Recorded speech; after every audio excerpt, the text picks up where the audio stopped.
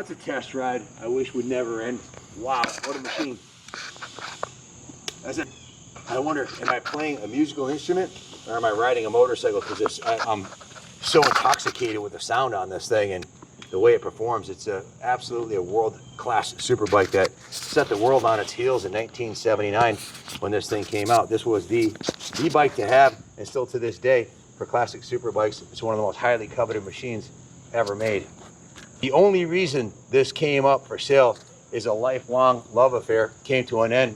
The owner who purchased this brand new, and I have the title right here, Roger Violati from Yonkers, New York, sadly passed away early last year.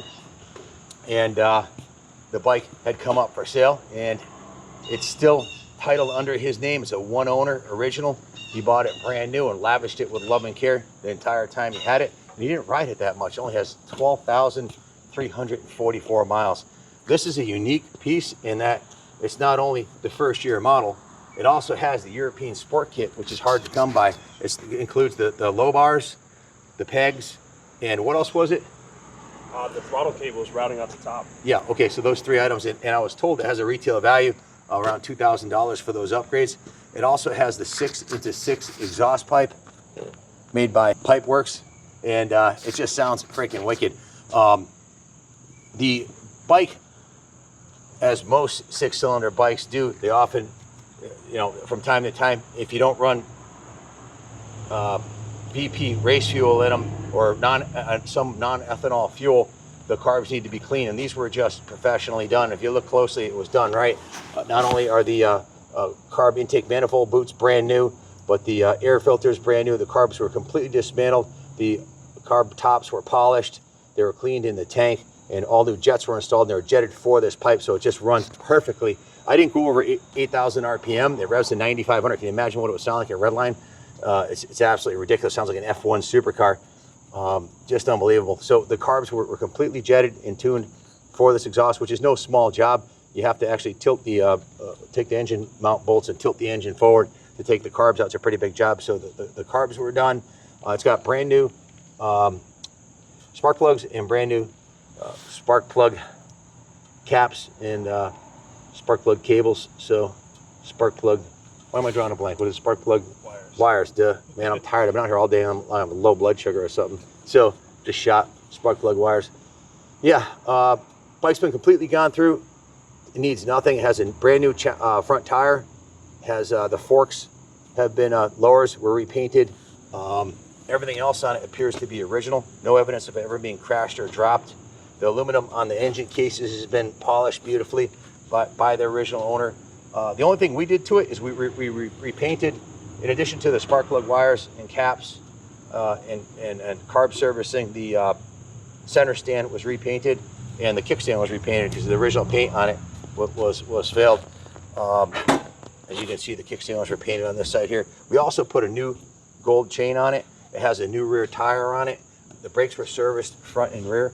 And as I mentioned, new battery, new air filter, carbs done, tank was clean. This is a new NOS Honda fuel petcock and fuel lines.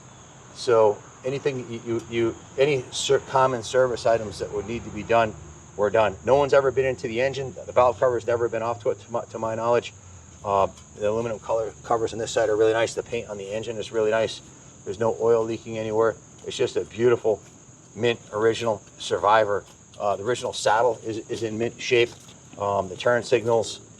This is one of our vanity plates. We just got those the other day. So all our bikes that we sell are shipping with the Kaplan Cycles vanity plate. Oh, the shocks were also replaced with these replicas of the original, but they perform much better. They work great. The dampening is great. The spring rate is fine. And the forks were upgraded with a period correct air valve setup, so you can add 10 or 12 pounds. I think there's 12 pounds in the forks right now, stiffens it up. So if you get on the brakes hard, it's on point. So new tires, new brakes, new shocks, forks are redone. It's just an absolute dime piece. Even has a CBX keychain on there.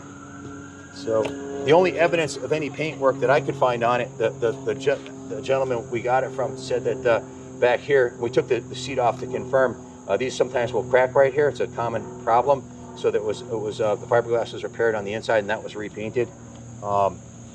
It appears to be the original paint on it. The guy we purchased it from told us it was the original paint. I can't confirm that, but it looks to be 100% original. If it's not, then it's certainly well done. The only issues I could find cosmetically on it is there's one little tiny bubble inside the paint right here. The tank was cleaned on the inside, but it's never been coated, which is good.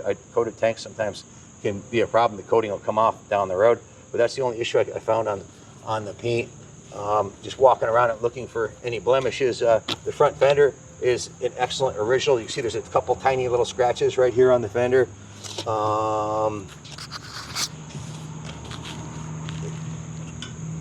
I washed this bike when it came in. We hand washed it, and I try to look for defects when I do that. It's half the reason I do it.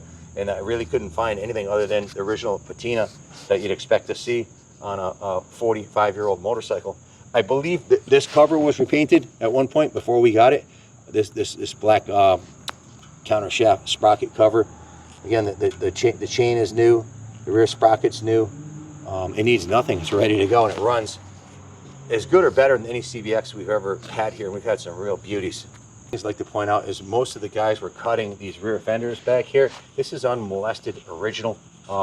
It hasn't been bastardized. It's an original owner bike. The only upgrade he did was a Pipe Master 6-6 exhaust on it, which is definitely a worthy upgrade. These are new NOS CBX side covers on both sides. That's why those look factory fresh. But you can see the original paint on the frame is beautiful.